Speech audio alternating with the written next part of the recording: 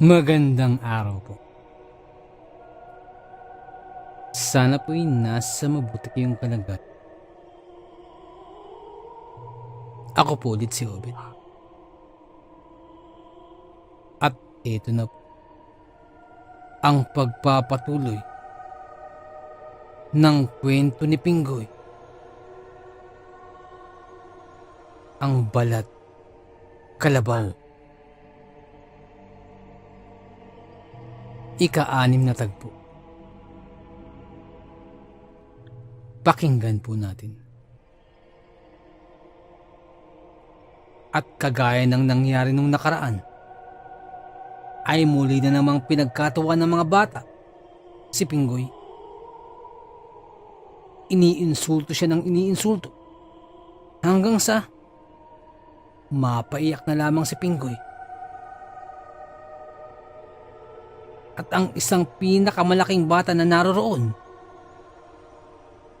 ay kagyat na napansin ang kwintas na suot ni Pinggoy na ibinigay ni Tandang Emo.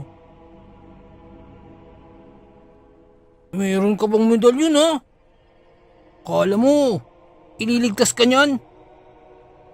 Hindi bagay sa'yo yan. At sabay hinablot ng batang yun ang kwintas ni Pinggoy. Bagamat umiiyak, ay nakipag-agawan pa si Pinggoy sa batang yun upang mabawi ang kwintas. Hanggang sa tuluyan na itong nawaglit at nasira. At dahil dun, ay lalong nagalit ang malaking bata. Pinagkalit mo talaga ako ha? Ikaw balat kalabaw ka ha? Ito sa'yo! At sabay suntok kay Pinggoy. At tinulungan pa ito ng iba pang bata. At pinagsusuntok si Pinggoy. Napalugmok na lamang sa lupa si Pinggoy habang tinatakpan ang kanyang muka at ulo. Nang maya-maya pa, ay biglang may tumulak sa malaking bata at napasubsob ito. Kasabay pa ng iba pang bata. Napasubsob si Bornok sa lupa. At maging ang uhog nito ay sumalo ng mga alikabok. Si Bornok ang pinakamalaking bata na iyon na unang sumuntok kay Pinggoy. Nung nagsipagsubsubo na sa lupa ang mga bata, ay gulat na gulat ang iba pang mga bata. Lalo na nang makita nila na isang bata lamang din ang tumulak kay Bornok. Nagpaikot ang mga bata, dala ng gulat at pagkamangha. Si Bornok ang pinakamalaking bata na naroroon. At natural na, kinatatakutan nito ng iba pang bata na naroroon. Siya rin ang nagsisilbing siga sa mga batang naroroon. Pagkasubsob naman ni Bornok, ay agad itong tumayo at agad tiningnan kung sino ang tumulak sa kanya. Sino yun? Sino yung tumulak sa akin? Sigaw ni Bornok. Natakot ang ibang bata na nasa paligid nang sumigaw ng malakas si Bornok. At kasunod nun, ay may halong takot na. Itinuro ng ibang bata kung sino ang tumulak kay Bornok. Pagkakita ni Bornok, ay maliit lamang ang batang tumulak sa kanya at halos kasing laki lamang ni Pinggoy. Akmang susugurin ni Bornok ang bagong dating na bata nang mapansin niyang hindi lamang siya ang nakasubsob sa lupa, maging ang iba pang mga bata na pinagtulungan si Pinggoy. Lahat sila ay nasadlak sa lupa at alikabok. At nagsipag-iyakan pa nga ang iba dito. Lalong kumulot ang mukha ni Burnok at lalo pa itong sumigaw. Ikiniyum na nito ang magkabilang kamao at susugurin na ang bagong dating na bata. Nang biglang tumulo ang likido mula sa kanyang ilong. Pagkatingin niya ay dugo ito. Dumurugo na pala ang ilong ni Buknoy. Ang pagkakasubsob niya ang naglikha ng kanyang balingoy-ngoy.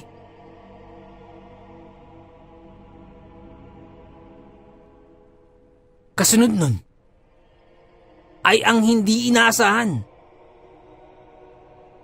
Biglang umatungal si Buknoy at umiyak ito ng pagkalakas-lakas. Lalong namangha ang iba pang mga bata sa paligid. Hindi sila makapaniwala na ang bagong dating na bata ang nagpaiyak sa sigang si Burnok. Si Pinggoy naman ay tumuyo din ito agad at lumapit ito sa bagong dating na bata. Sino ka? Nagtatakang tanong ni Pinggoy sa batang dumating.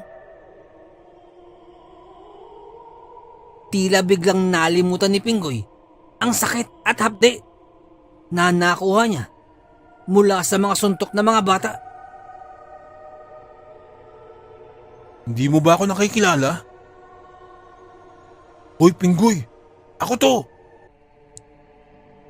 Si Abel! At sabay ngisi nito. Di mo naalala? Ako ang pinsan mo! Sambit pa nito. Biglang gumuhit ang ngiti. Biglang gumuhit ang ngiti sa labi ni Pinggoy nang malamang si Abel ang batang yun.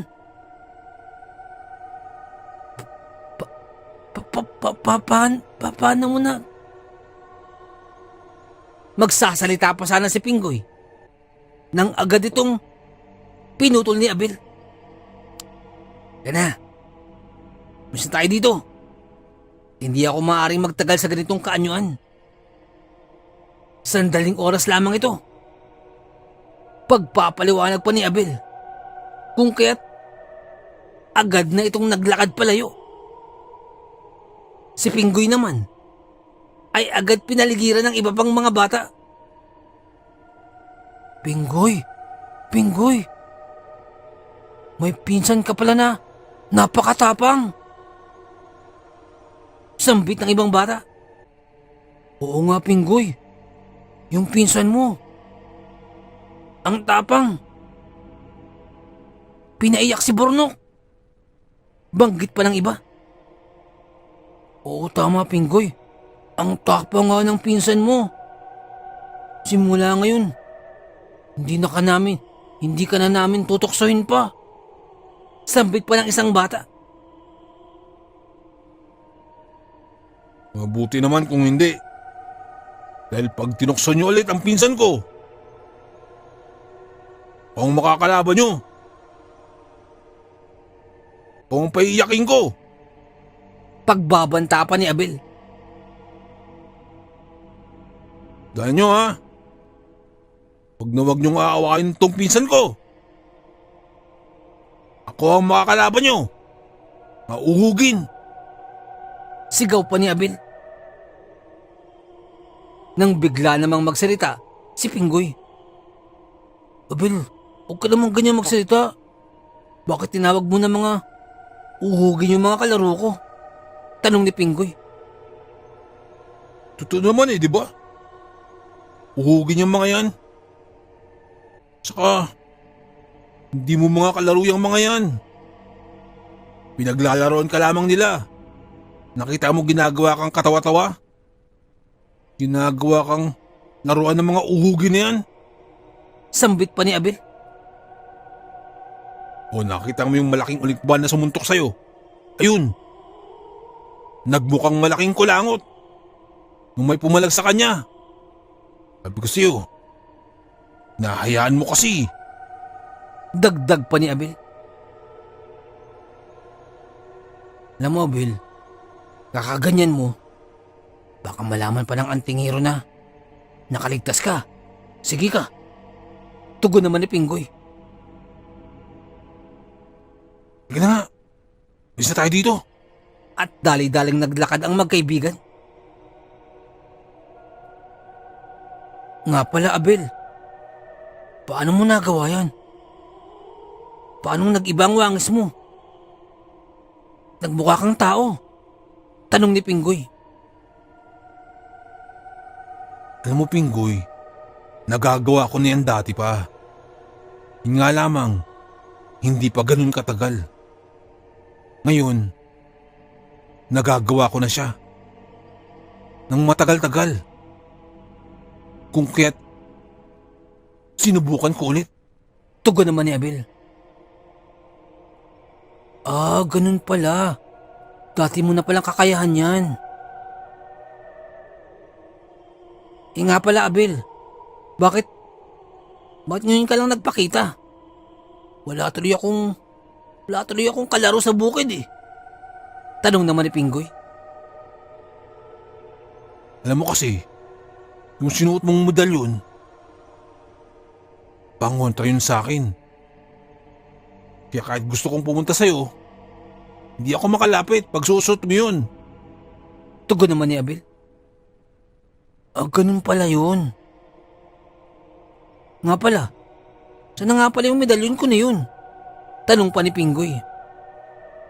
Malamang nawaglit na yun nung pinagtutulungan ka ng mga bata. Sambit pa ni Abel.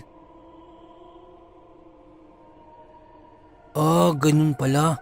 Sa medalyon pala yun. Ganun pala yun. Kaya pala hindi ka nagpapakita sa akin. Pero ganun pa man. Maraming salamat sa akin, Abel sa pagtulong sa akin sa mga bata na yun. At mabuti na rin pala na yung medalyon na yun ay nawala. Sambit na lamang ni Pinggoy. Ang totoo, isinuot ko lang naman yun sapagkat yun ang bilin sa akin nila lolo at lola. Kaya para lang wala na silang isipin pa, ay isinuot ko na. Hindi ko akalain na pangontra pala yun sa iyo. Sambit ni Pinggoy. Oo Pinggoy, pangontra sa amin yun. At hindi lang sa akin, pati sa mga kauri ko. Pangontra ang medalyon na yun. Pero ayos lamang yun sa akin. Dahil noong mga panahon na yun na hindi ako nakakapunta rito, ay nagawa ko ang mga dapat kong gawin. Kaya kita mo, nagawa ko ng makapanggaya ng wangis ng tao sa mas matagal na sandali. Dati-rati, nagagawa ko naman na yan. Pero sandaling-sandali lamang. Hindi kagaya ngayon. Mas matagal na. Sambit pa ni Abel. Oo nga Abel, kita ko nga. At akala ko talaga, isa ka lang bata eh. Ibig sabihin ba niyan lumakas ang kapangyarihan mo? Tanong ni Pinggoy. Ganun na nga Pinggoy. Lumakas ang kapangyarihan ko. Kaya, ayos din na yung panahon na hindi tayo nagkita pagkat napalakas ko ang aking sarili. Sambit ni Abel.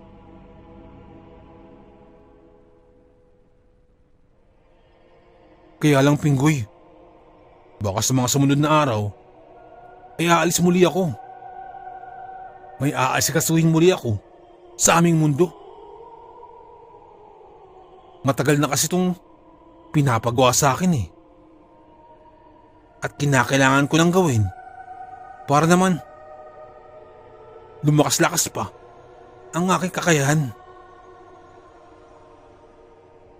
Saad ni Abel. O ganun ba? Mga ilang araw ka na naman mawawala. Tanong ni Pinggoy.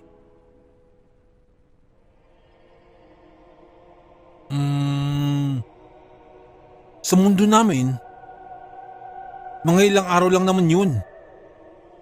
Yun nga lang, magkaiba kasi ang paglipas ng oras dito sa inyong mundo kumpara sa aming mundo. Dito sa inyo ay napakabilis lamang ng paglipas ng oras. Hindi kagaya sa amin. Kaya yung ilang araw na yun, kung ikukumpara dito sa mundo ninyo, ay mas matagal yun kaysa sa inaasahan. Tugon ni Abel. Ganun ba? Tatagalan ka na naman pala. Pero di bale. Palaro ko na lamang muna ulit si Apog at si Kulas. At saka si Kuding. Tugon na lamang ni Pinggoy. Oo, tama yan. Yun na lang muna mga kalaro mo. Pero kung makikipaglaro ka sa mga bata, disiguraduhin ko ay wala nang mga away sa'yo sapagkat nagpakilala na akong pinsan mo. Di ba? Sabay tawa ni Abel. At sa paglipas nga ng mga araw, ay naging totoo nga ang sinabi ni Abel.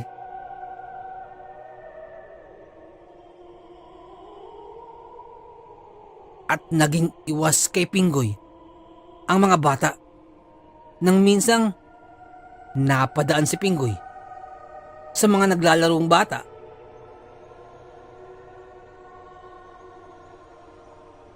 At habang naglalaro ang mga ito ng goma, naging iwas kay Pinggoy ang mga bata nang minsang napadaan si Pinggoy sa mga naglalarong bata nang makita siya. Nang makita siya, ay ibang-iba na ang naging reaksyon ng mga ito sa kanya. Kung dati-rati ay kinukutya siya at sinasabihan ng balat kalabaw at kung ano-ano pa. Ngunit sa pagkakataong ito, ay nakatingin lamang ang mga bata. At habang nakatingin sa kanya, ay tikom lamang ang mga bibig nito. At nang mapatingin din si Pinggoy sa mga bata, ay biglang napaiwas ng tingin ng iba dito na karamihan ay madalas na nangungutya sa kanya. Nang minsan ay may lumapit pa sa kanya. Pinggoy, gusto mo sumali? Laro tayo ng goma, sambit ng isang bata. Nang biglang may nagsalitang bata. Wag na. Kung sasali si Pinggoy, hindi na ako sasali. Baka dumating yung pinsan niyan eh. Matapang yung pinsan niyan. Sambit ng iba pang mga bata. Dahil doon, ay lihim na napangiti si Pinggoy at kaagad naisip ang kaibigang hindi pangkaraniwan.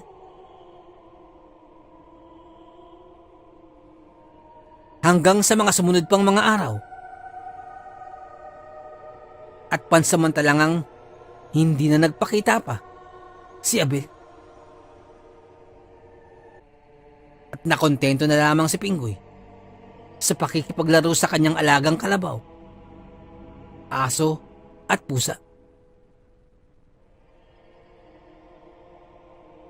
Ngunit isang tanghali, habang pauwi si Pinggoy mula sa bukid, at habang hila-hila na ito si Apog, at nakasunod naman sa kanya ang asong si Kulas. Nang maya-maya ay kumahol si Kulas. At ilang sandali lamang ay mula sa mga nagtataasang talahib ay biglang sumulpos si Buknoy. Ang malaking batang mahilig mang-away kay Pinggoy. Ngunit sa pagkakataong ito, ay may kasama pa itong mga bata. Mga 5 bata sila na biglang bumulaga mula sa talahiban. Ikaw! Bulat kalabaw ka! Ikaw ang dahilan kung bakit nagkagasgas yung makinis ko mukha. Matapang ka lang kasi may kasama kang pinsan. Pasigaw pa na sambit. Tama, may pinsan ka. Tama, ikaw nga. Teka, asan yung pinsan mo? Palabasin mo ang pinsan mo. Nang malaman natin kung sino talaga ang matapang. Sigaw pa ng ibang mga bata. Biglang nahintakutan si Pinggoy sa kanyang nakitang 5 malalaking bata ang humarang sa kanya. Lalo pat alam niyang hindi muna makakarating si Abel. Hindi kagaya nung nakaraan.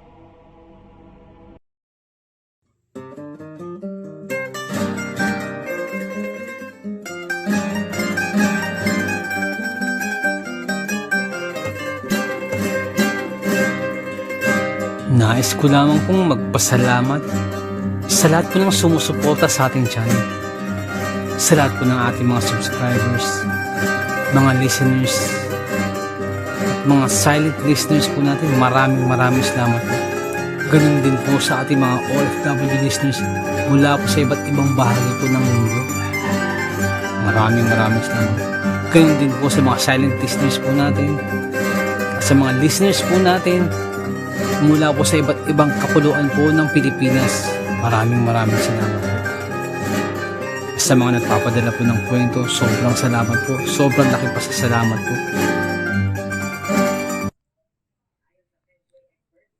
Nais ko lamang pong i-shout out ang Herbias family. Ang shoutout pong ito ay mula po kay Boss Migs Mateo Herbias. Boss, shoutout po. Maraming salamat po sa pakikinig. Shoutout din po kay Boss Bongbong Layug of Sinabakan, Candelaria, Zambales. Ang shoutout pong ito ay mula po kay Ma'am Ligaya. Shoutout po sa inyo. Maraming salamat po sa pakikinig. Nais ko lamang pong i-shoutout si Boss Roel Verano. Boss, shoutout po. Maraming salamat po sa pakikinig. Nais ko rin pong i-shoutout si Boss Val Dayot at sa mga taga Kalinog, Iloilo. Shoutout po sa inyo. Nais ko lamang pong i-shoutout si Ma'am Helen Casamayor. Ma'am, maraming salamat po. Isa po sa masugid natin tagapakinig po mula pa po nung nasa Saudi pa po siya. Maraming salamat po, Ma'am Helen Casamayor. Isa po sa ating mga silent listeners. Sobrang salamat po. Sana po, ingat po kayo dyan palagi. Maraming salamat po. Nais ko lamang pong i-shoutout si Boss Marlon ng Di Masalang. Boss, shoutout po. Maraming salamat po sa pakikinig. At nais ko rin pong i-shoutout si Ma'am Dalisay Concepcion. Maraming salamat po sa pakikinig. Shoutout po sa inyo, ma'am. Shoutout din po kay Sir Myong. Boss, maraming salamat sa pagbisita sa ating channel. Maraming salamat. Kay Sir Myong Herminio Viterbo, shoutout po sa iyo. Ingat po palagi. And also, belated happy birthday po kay Ma'am Ani Apruebo. Belated happy birthday po. More birthdays to come. More blessings and good health. Shoutout po sa inyo. Maraming salamat po. Nais ko lamang pong i-shoutout si Ma'am Mary Asilar dyan po sa may UK. Shoutout din po kay Ma'am Ani Apruebo, kay Ma'am Annie Viloria, at kay Boss Baby Langka. Shoutout po. Maraming salamat po. Shoutout din po kay Ma'am Janet Verga dyan po sa may Qatar. Shoutout po. Kay Ma'am Liza Arcega. Shoutout po. Shoutout din po sa Manhattan Hamburger dyan po sa may Bukandala 3, Imus, Cavite. Shoutout po sa inyo. Ganun din po kay Boss Fernando Marcos. Shoutout po. Shoutout din po kay Ma'am Christy Harm, dyan po sa may Hamburg, Germany. Shoutout po. Ganun din po kay Tata Estong Nestor Bauyon, dyan po sa may London, England. Shoutout po. Kay Boss Jing Fensalida, isa po sa ating mga silent listeners, maraming salamat po. At kay Boss Bobby Gonzales at sa Gonzales family, shoutout po, maraming salamat po, boss. Ganun din po kay Boss Camelo Aroy, shoutout po. Kay Boss Malvin Esquera, boss, shoutout po. Kay Boss Miguel Doris Kibel, shoutout po. Kay Ma'am Imelda Pascua. Kay Ma'am Elizabeth Arnaiz, shoutout po. Kay Ma'am Rosie De Mesa, shoutout po. Kay Boss Haz dyan po sa may Saudi, shoutout po. Salamat din po kay Boss BK, salamat sa milk tea, shoutout sa iyo. At salamat sa suporta, shoutout po. Salamat din po kay Ma'am Eileen Rodriguez, shoutout po ma'am. Sa mga suggestion, maraming salamat po. At sa mga hindi ko po nabanggit, pasensya po muna, pero sa next time po, i-shoutout po natin yan. Maraming salamat po.